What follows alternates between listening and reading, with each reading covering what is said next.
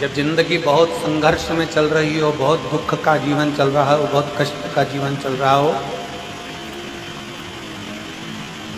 बहुत कष्टमय जीवन चल रहा हो, तब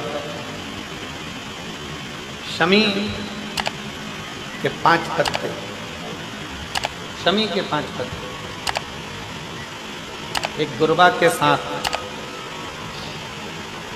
एक अक्षत चावल का एक दाना, वो भी हल्दी में भिंगोया हुआ हो या केसर में भिंगोया हुआ। शमी पत्र 5, एक दुर्वा, एक चावल का दाना, जो दिल से हृदय से बेलपत्री के वृक्ष के नीचे पार्थिव लिंग का निर्माण कर कर मट्टी का शिवलिंग बनाकर प्रदोष काल में, मतलब शाम के समय पर शिवलिंग बनाकर उस पर जल चढ़ाकर, जो ये 5 शमी का पत्र, एक दुर्वा और एक चावल का दाना, अपनी कामना कर कर जो दुख चल रहा है बाबा से विनय कर कर एक एक पत्ता जब समर्पित कर दे, फिर एक दुर्वा समर्पित कर दे, फिर एक चावल का दाना समर्पित कर दे और बाबा का वहीं पर पुनः विसर्जन कर दे, 3 महीना तो जाने दो, 15 दिन के अंदर वो दुख कटता जरूर है, चाहे कोई भी दुख हो, किसी भी तरह का दुख क्यों। एक बेलपत्र के वृक्ष की परिक्रमा करने वाले को हजारों अश्वमेध यज्ञ का फल प्राप्त हो जाता है, हजारों अश्वमेध यज्ञ का फल प्राप्त हो जाता है। उसी तरह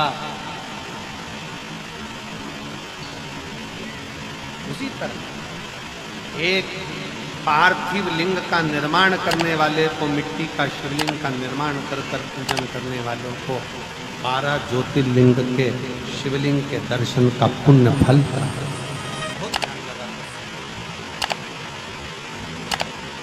एक बेलपत्री और उस बेलपत्री में एक चंदन की बिंदी और एक अक्षत का दाना मात्र रखकर भी अगर शिवालय पर चढ़ा दी जाती है, एक बेलपत्री, एक चंदन का बिंदी और चंदन की निवेदन करेंगे। आज के जमाने में तुम लोग सब घिसा घिसाया, पड़ा पड़ाया, डब्बी का सामान ले करो, चंदन की मुठियाँ रखो, थोड़ा सा भी घिसो, जरा सा भी घिसो, उसकी एक बिंदी और एक चावल का दाना जब हम भगवान देवादिदेव महादेव को समर्पित करते हैं, अपनी कामना कर कर समर्पित करते हैं, तो निश्चितता है, महापुराण की कथा कहती है, शंकर भगवान उसका फल शीघ्र प्रदान कर देते हैं। भले आपने कुछ करा ना कर, उसका फल में जाना, लोटा भरकर जल समर्पित करना। और कभी तुम्हारे जीवन में अगर तुमको लग रहा है कि मैं दुखों से छूट ही नहीं रहा, तब उस जगह पर बेलपत्री के मध्य भाग में पीला चंदन, ये जो पत्ती है और ये 2 पत्ती हैं, ये बड़ी पत्ती और ये बीच की जो 2 पत्ती है, इसके बीच में जो डंडी का भाग रहता है, जो बीच में डंडी का जो भाग है, बड़ी पत्ती और ये 2 छोटी पत्ती के मध्य में जो डंडी का भाग है, उस डंडी के भाग में पीला चंदन और एक अक्षत पीला। शंकर भगवान को आप अगर प्रदोष काल में समर्पित कर रहे हैं तो ये निश्चित है कि धीरे धीरे कर कर वो दुख समाप्त होगा, वो दुख कटेगा ही। प्रकट वर्णन किया गया शंकर भगवान की आराधना में, शिव की आराधना में, जब तुम्हें लगता है कि तुम्हारा व्यापार नहीं चल रहा, कोई तुम्हें धोखा दे रहा है, लक्ष्मी नहीं आ रही, बहुत चिंता में पड़े हुए हो, बहुत टेंशन में जिंदगी चल रही है, बहुत बीमारियां तुमको घेर ली है और चारों तरफ अंधेरा ही अंधेरा नजर आ रहा है, तुमने विचार करा अब मैं तो मर जाऊं तो अच्छा, मैं सुसाइड कर लूं तो अच्छा, मैं मर जाऊं तो अच्छा। तो मरने से पहले एक काम कर कर देखना, शंकर भगवान की आराधना कर कर देखना, शिव पर एक लोटा जल चढ़ा कर देखना, और ज्यादा चिंता, ज्यादा टेंशन हो तो बेलपत्री की जड़ को घिसकर उसका चंदन बनाकर शंकर को लेपन कर कर उसकी भी आराधना कर कर देखना कि बेल चंदन का फल क्या। बेलपत्र एक बेल, ये कोई साधारण बेलपत्र एक बेल, ये कोई सागर नहीं, एक बेल। इसकी नीचे की डंडी से लेकर ये दो पत्तियां जहाँ लगी हैं और दो पत्ती से लेकर ये बीच की जो पत्ती है उसमें जो गेप है, उसमें जो जगह दिख रही है आपको, ये दो पत्ती से लेकर बीच की पत्ती के बीच में जो जगह खाली रहती है, 33 कोटि देवी देवताओं विराजमान रहते हैं इस बीच की जगह में। जब शिव जी को चढ़ाया जाता है तब इस पत्ती के बीच की जगह शंकर के शिवलिंग पर रखा जाता है। तो शिव जी इतने प्रसन्न होते हैं कि मेरी स्तुति करने के लिए ये भक्त 33 कोटि देवताओं को लेकर आया है, मेरी स्तुति करने के लिए। लोग चावल लाए, लोग अंबारियां लाए, धन लाए, दौलत लाए, संपदा लाए, पर एक शंकर का भक्त ऐसा होता है जो एक बेलपत्री के रूप में 33 कोटि देवताओं को, 64 योगिनियों को, आदि शक्तियों को शंकर को समर्पित करता है। कितना सुंदर संवाद है, कितना सुंदर बात कही कि फूल से किसी तीरथ में नहीं, कहीं हमने गौदान नहीं करा, कहीं हम किसी तीर्थ में नहीं गए, हमने कहीं गौदान नहीं करा, हमने कहीं ब्राह्मण भोजन नहीं कराया, हम कहीं गंगा यमुना कावेरी सरस्वती नर्मदा छिपरा पुण्यवान नदी में हम स्नान नहीं कर पाए। शिव महापुराण की कथा कहती है फूलवश्री अगर पिपलेश्वर या पटकेश्वर किसी शिवालय पर भूल से भी अगर एक लोटा जल चढ़ जाता है तो देवाधिदेव महादेव सारे तीर्थों का फल अपने आप प्रदान करते हैं।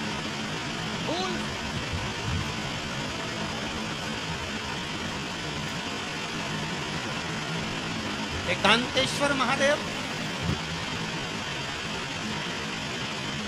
किसी तीर्थ में नहीं, कहीं हमने गौदान नहीं करा, कहीं हम किसी तीर्थ में नहीं गए, हमने कहीं गौदान नहीं करा, हमने कहीं ब्राह्मण भोजन नहीं कराया, हम कहीं गंगा यमुना कावेरी सरस्वती नर्मदा छिपरा पुण्यवान नदी में हम स्नान नहीं कर पाए। शिव महापुराण की कथा कहती है फूलवश्री अगर पिपलेश्वर या पटकेश्वर किसी शिवालय पर भूल से भी अगर एक लोटा जल चढ़ जाता है तो देवाधिदेव महादेव सारे तीर्थों का फल अपने आप प्रदान करते हैं।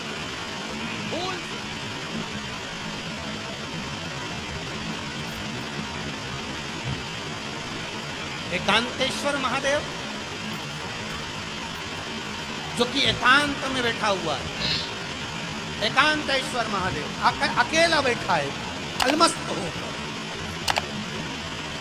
आप जा रहे हो गाड़ी लेकर, आप 4 व्हीलर गाड़ी में जा रहे हो, ट्रैक्टर में जा रहे हो, ट्राली में बैठकर जा रहे हो, क्रूजर में बैठकर जा रहे हो, 2 व्हीलर गाड़ी में बैठकर जा रहे हो और एकांतेश्वर महादेव का मंदिर दिख गया, कोई एकांत में, भले उसका नाम नहीं मालूम तुमको कि कौन सा महादेव, पर अकेला बैठा है जंगल में, वृक्ष की छांव में, एक ओटले पर, कोई दीवार नहीं, कोई जाली नहीं, कोई गेट नहीं, कुछ भी नहीं।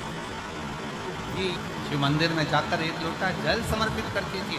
और शास्त्र कहता है कि शंकर के मंदिर में अगर एक लोटा जल कोई एक परिवार का व्यक्ति भी समर्पित कर रहा है तो समझ लेना कि वो अपनी 71 पीढ़ी को पार लगा रहा है। वो अकेला नहीं, 71 पीढ़ी को पार लगा। शिव महापुराण की कथा कहती है जब बच्चा गर्भ में आता है, माता के गर्भ में जब संतान आती है और माता के गर्भ में जब संतान रहती है, उस 9 महीने में स्त्री नारी अगर कहीं शंकर के मंदिर के सामने से निकल जाए या शिवालय का जल स्त्री को मिला हो या शंकर भगवान का कोई प्रसाद या शंकर भगवान का कोई नाम जाप या शंकर भगवान का कोई मंत्र जाप उस स्त्री के कानों में पहुंच जाए तो जो गर्भ में बच्चा होता है वो बच्चा शंकर की कथा तक या शिवालय तक उसको बिना बोले ही वो अपने आप चला ही जाता है, पहुंच ही जाता है।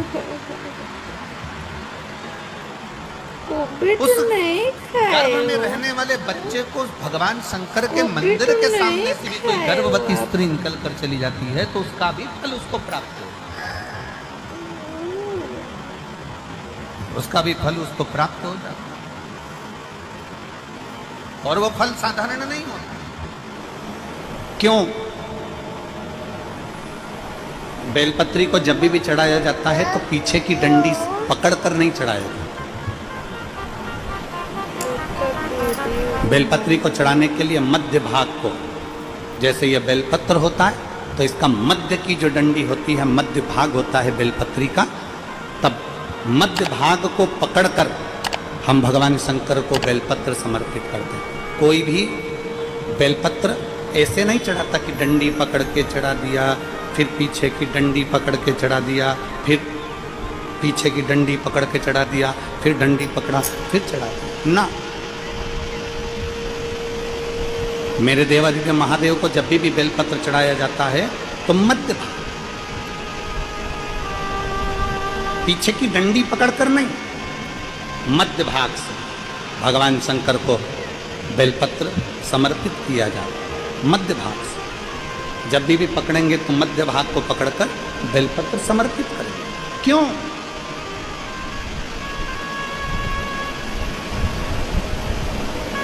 क्योंकि हमने भगवान शिव को मध्य भाग पकड़कर इसलिए समर्पित करा कि ये केवल बेलपत्र का मध्य भाग नहीं है मेरे शंभू, मेरे हृदय के मध्य भाग को मैं आपके चरणों में समर्पित कर रही हूँ। मेरा दिल, मेरा हृदय, मेरा चित्त मैं आपको दे रही हूँ। मध्य भाग एक विश्वास के साथ दे रही हूँ। इतनी सुंदर बात नंदी ने कही है।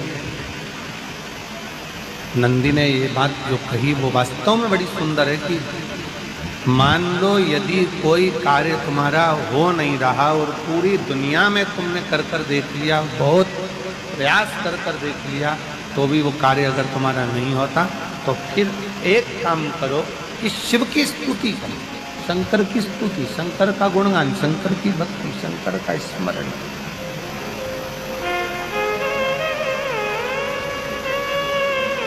फिर शिव की स्तुति करिए, शंकर से विनय करिए, शंकर से निवेदन करिए, शंकर का गुणगान करिए।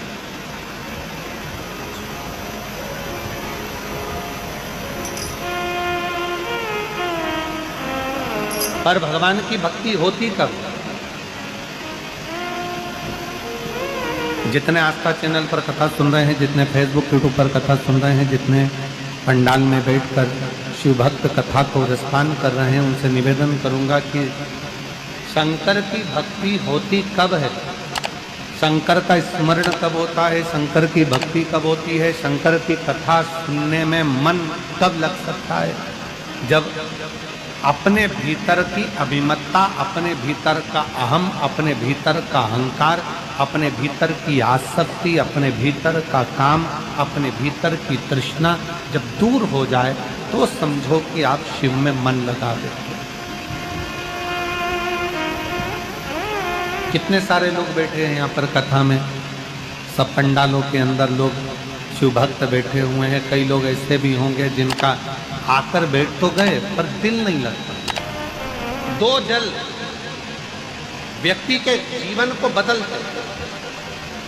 कितने जल? जम के बोलो जरा। दो जल। एक देवादिदेव महादेव के लिए भरा गया एक लोटा जल और दूसरा है स्वयं के लिए भरा गया एक लोटा जल। यहाँ पर अगर बुजुर्ग मेरी माताएं बैठी होंगी, मेरी जीजियाँ बैठी हैं, मेरे जीजा बैठे हैं, बुजुर्ग जितनी माताएं बैठी हैं, वो पुराने समय का अगर लेख उठाकर देखेंगे तो पुराने समय के लोग भोजन करने बैठते थे ना, तो भोजन करने से पहले अपने पानी के लोटे को भरकर, अपना गिलास भरकर बैठते। किसी ने देखा है कि नहीं देखा? जम के बोलो जरा, देखा है आप लोगों ने? पुराने समय के लोग जब भोजन करने बैठते थे, पुराने समय के लोग जब भोजन करने बैठते थे तो अपना पानी का गिलास, अपना पानी का लोटा पहले भरकर आसन लग जाता था। बहू आसन लगा देती थी, बहू खाना बना देती थी, घर की पत्नी खाना बना देती थी, भोजन बना देती थी, घर के लोग भोजन दे देते थे। थाली कोई भी लगा कर ला कर दे, थाली कोई सजा कर ला कर दे, पर घर का जो व्यक्ति खाना खाने बैठता था, भोजन करने बैठता था, वो अपना पानी स्वयं भर कर बैठता।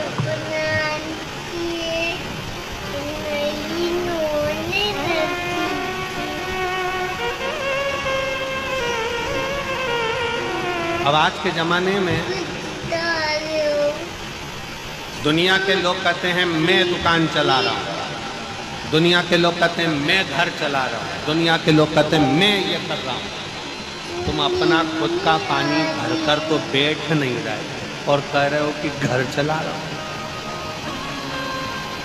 स्वयं का एक गिलास पानी व्यक्ति नहीं भर पा रहा। कितना सुंदर कहा है महाराज जी, बहुत सावधानी से सुनिएगा। 2 जगह का जल व्यक्ति के जीवन को बदल देता है। एक शिव के लिए भरा गया जल और दूसरा स्वयं के लिए भरा गया जल। स्वयं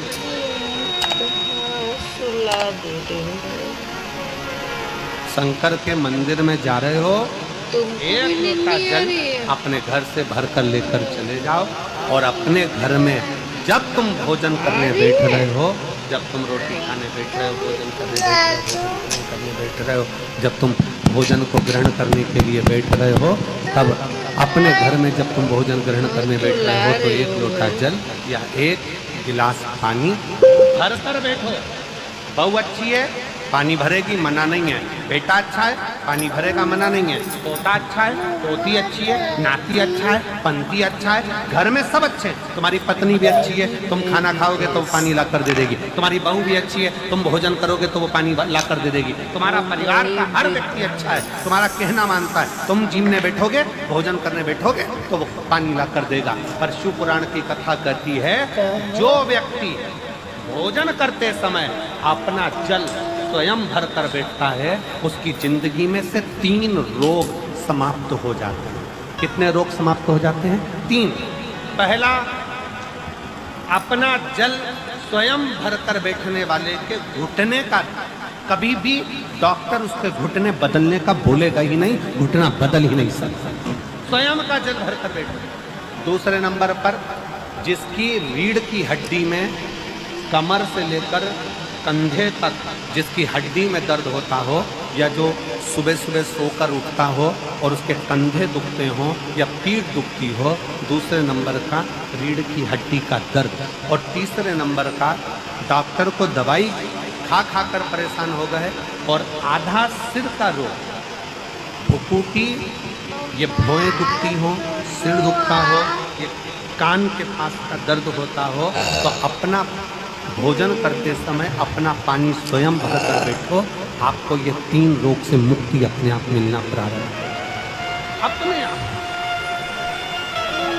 अब किसी ने कहा, गुरुजी पत्नी पानी ला कर देती है, पति पानी ला कर देता है, बेटा पानी ला कर देता है, बहू पानी ला कर देती है, पोता पोती पानी ला कर देते हैं, नाती पंती पानी ला कर देते हैं, नौकर लगे घर में वो पानी ला कर देते हैं, सेवादार लगे घर में वो